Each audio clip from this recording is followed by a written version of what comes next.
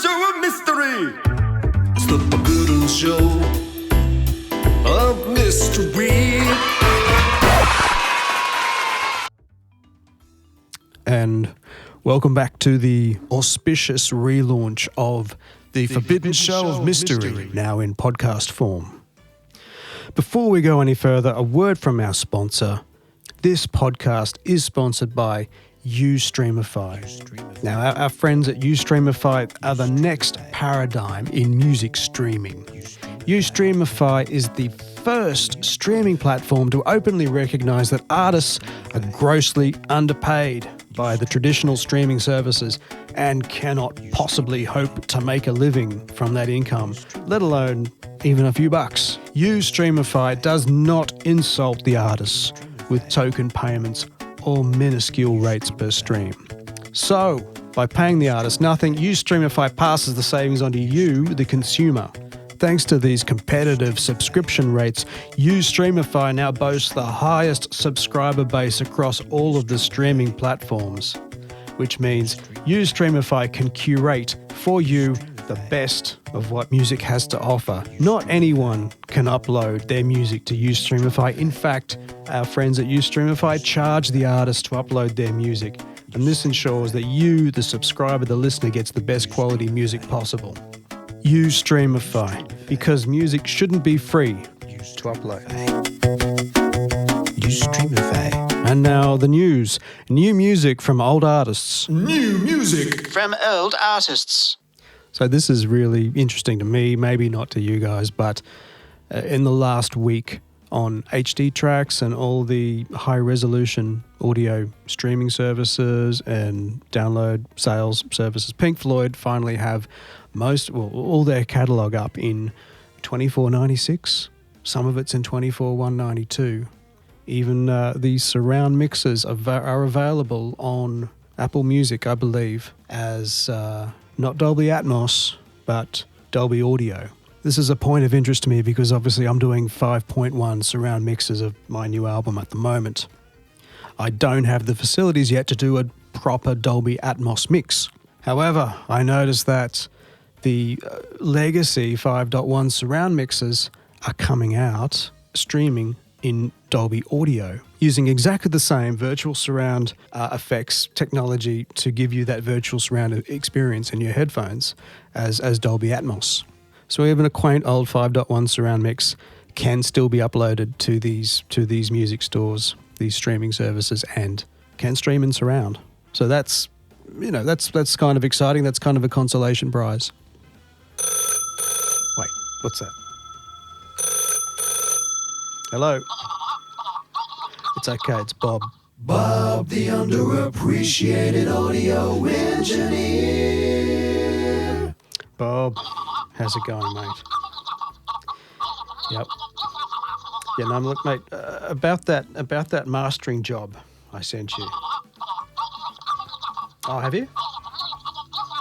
So what, you've gone out and got the most expensive tube equipment you could? I see.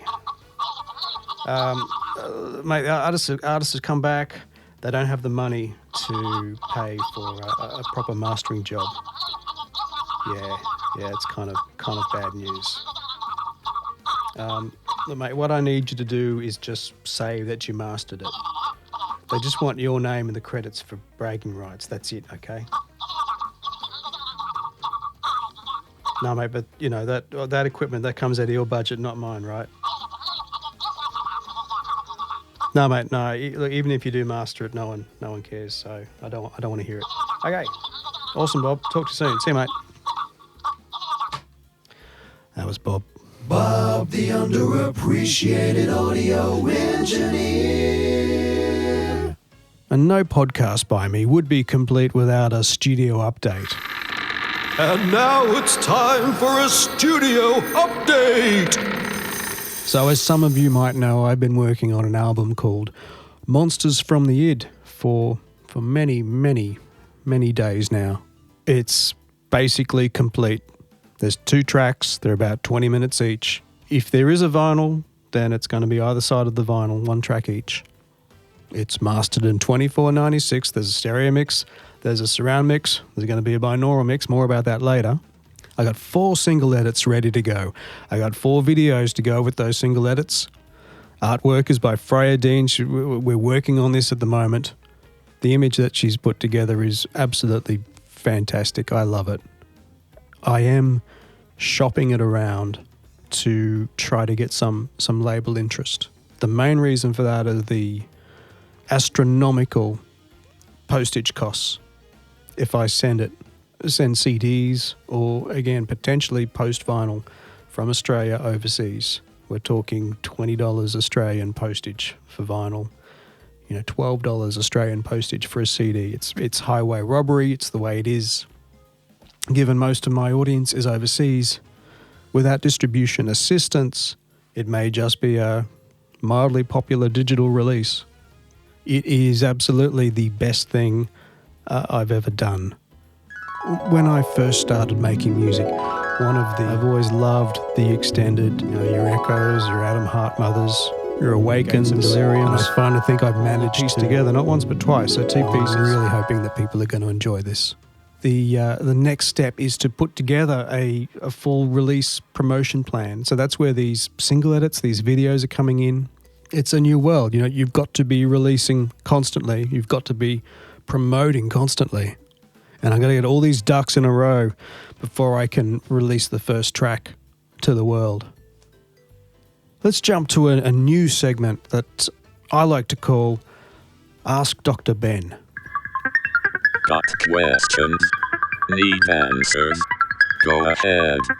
Ask Dr. Ben. A lot of people come up to me in the street and they say, Ben, we know you like recording, we know you like releasing stuff, but what sampling rate do you use? Do you use 96 kilohertz? Are you going to go up on HD tracks? Are you going to, have high resolution audio available? What's your secret? What do you recommend? What should I do? And the first advice I give anyone is, don't listen to me. So this is actually a difficult question.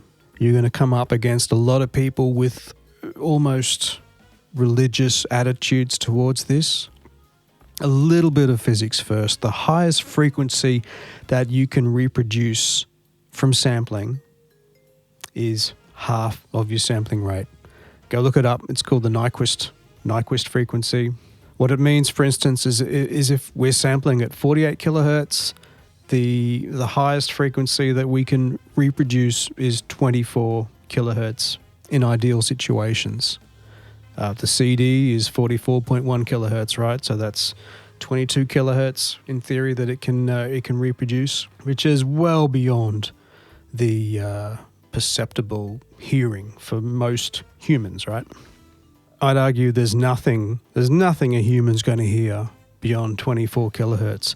So, there's a very basic answer. 48 kilohertz should be entirely sufficient as a sampling rate. However, and again, it's best you look this up and not listen to me. Anything beyond that Nyquist frequency is going to get sampled incorrectly. That's going to get folded back into the audible spectrum and create aliasing noise. You know what it sounds like if you've heard it, when you have it pointed out. When you sample, one of the first things the analog to digital converter does is filter out all those high frequencies that it knows are going to stuff up the sampling. So if we're sampling at 48 kilohertz, there's a digital filter, very steep digital filter running before that at 24 kilohertz to stop anything beyond that frequency range getting into the sampler and causing aliasing artifacts. Now, the sharper we make that digital filter, the more overshooting artifacts, the less accurate it in fact becomes. You always need a bit of the frequency range, a bit of headroom to allow for that imperfect filter. Even at 48 kilohertz, if you're sampling that, your Nyquist frequency is 24 kilohertz, you've got enough frequency to play around with, which is still imperceptible to humans if you're using a good converter. So if that's all you're doing, I'm still not convinced there's much of an advantage to using 96 kilohertz. However, if you use a boatload of plugins, like I do, after your tracks are recorded, this is where 96 kilohertz becomes really interesting. And it was only recently that I chucked a spectrometer on the output to see what was going on with this processing. Was it adding extra information in the ultrasonic range that maybe I should start paying attention to and, actually not pretending wasn't there? All my audio tracking was done at 48 kilohertz. All the processing then is done within a 96 kilohertz sampling rate environment. And up to this point, I had never bothered to render at 48 kilohertz and render at 96 and compare them and see what was going on. So I did just that. Right, to take a look at what's going on here, I've loaded up 2 files, the same song, new song. I can't play it to you yet. One's rendered at 48 kilohertz and the other's rendered at 96 kilohertz.